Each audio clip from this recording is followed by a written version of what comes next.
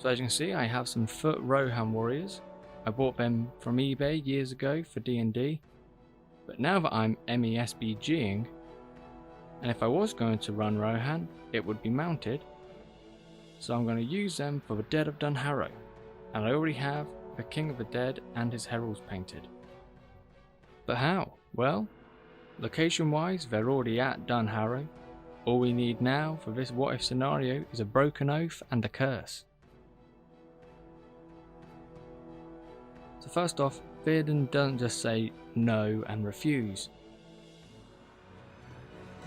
The beacons have been city! The beacons are lit! Gun knuckles for aid!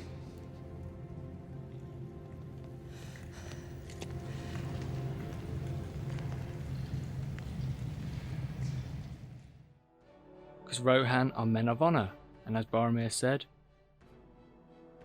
are true and valiant, our allies. And I'm not just gonna go and change established character traits like some do. They still muster their Rohirrim and gather their forces at Dunharrow. They may even still ride out towards the Pelennor Fields, but at this point, both in the book and the film will arrive to battle unlooked for, because Denethor reacts like this. Rohan has deserted us. And in the book, Hergon, Gondor's messenger who presented Theoden with the red arrow, is later found dead, so Denethor never gets Theoden's answer. So back to this what if scenario. Without the army of the dead, Aragorn's unable to stop the Corsairs and the Black Ships reaching Harland, and the siege of Gondor is over sooner. Gandalf sullies out with the survivors to regroup in the north for a last stand with the elves. I'm just going to stop myself here because I'm not going to dwell too much on this. This is just the effects of what happens with what if scenarios. They tend to open up new what if scenarios, so we're going to leave that. But what I will say is that they send out Wild Rider scouts and ringwraiths on fell beasts scour the skies and discover Rohirrim, either march into Gondor or discover them at Dunharrow or find tracks that lead them there. In either case, they retreat back to Dunharrow, expecting a large force to come down on them, assuming the worst has befallen Gondor. We cannot defeat the armies of Mordor. No, we cannot. Unbeknownst to them though, they have already been cursed. Denethor in his hopelessness and madness seeing the forces of Mordor at his walls and Rohan nowhere to be seen, like in the film. Rohan has deserted us. And he curses them for breaking their oath, even though they haven't forsaken the oath. In both this what if scenario and in the books and film, they do intend to aid Gondor. But curses don't care about intent. Like in the First Age, Androg, one of the men of Turin's band of outlaws, didn't know, or at least fully know, it was the petty dwarves, Mim and his sons he was shooting at. When Mim was captured, "It bites," said Androg, nursing a bleeding hand. "It is an orc, or orckin. Kill it." Then later finding out, not all of his shots went wild, and one had pierced the breast of Kim, and he had died. Then Mim said this to Turin: "He that loosed the shaft shall break his bow and his arrows, and lay them at my son's feet, and he shall never take an arrow nor bear bow again. If he does, he shall die by it. That curse I lay on him." So what matters to Mim is just the outcome. Son dead, curse said. Back to the War of the Ring and Dunharrow under attack. Those who fight die, and those who flee can only escape back into the paths of the dead and become trapped as the way is shut.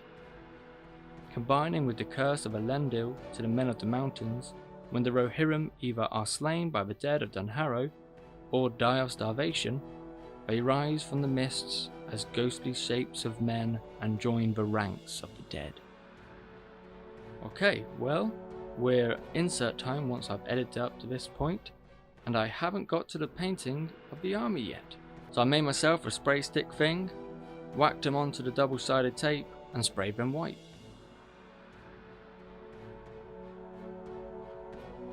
Like I did with my Army of the Dead speed paints prior, links in the description, cards and whatnot. I paint the metal parts in lead belcher, the swords, the shield bosses and armor scale and mail. Then did all the helmets, Balthazar gold. You don't have to be too careful in these stages because any gaps of white will be turned a spectral ghostly shade of green.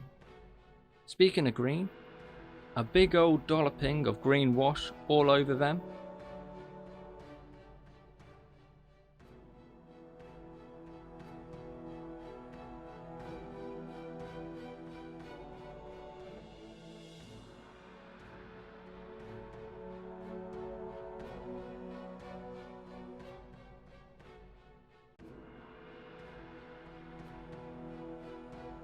After they were dry, I went in with another layer, as some were darker than the others, and I like the darker green look.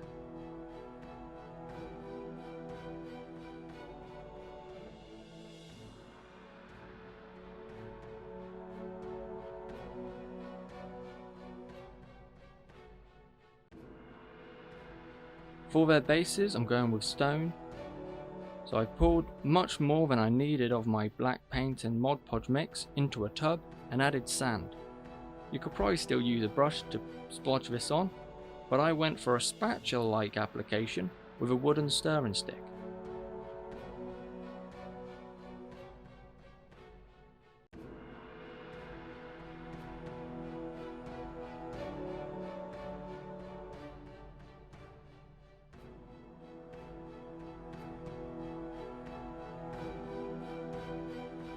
Once it's thinned out and separated from the main mix, it does dry quite quickly, so no need to speed up the Mod Podge drying process with a hairdryer. There's also other reasons not to do this. Once dry brush on grey, and then painted in any gaps of the stone, showing the base underneath.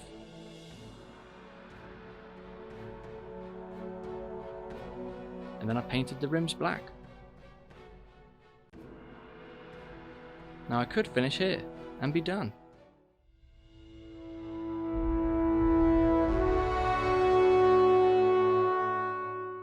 But I wanted to go that extra ghostly step of adding mist. But first I did do a poll on my community tab.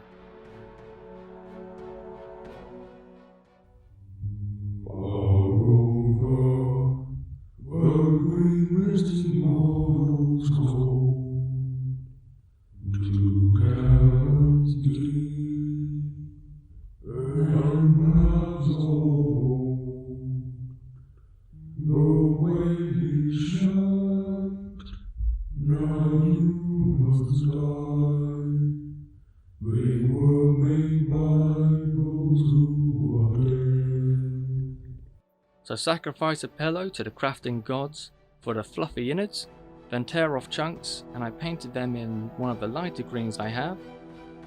I didn't want this to be glued on and permanent fixture, but if you shimmy it into gaps, poke it into cloaks, wrap around and round, twist together ends and poke it in, you have yourself a secure mist.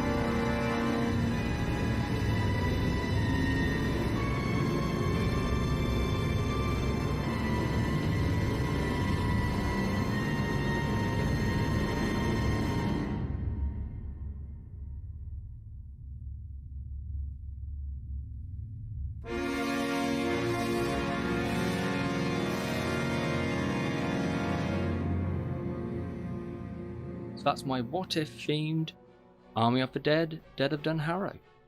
Thank you for watching. If you haven't already, like the video, comment, let me know what you think, and subscribe. If you like what I'm doing here and you like the channel, share it with any fellow hobbits or those who dwell in Middle Earth. See you on the next one. It's quite cool.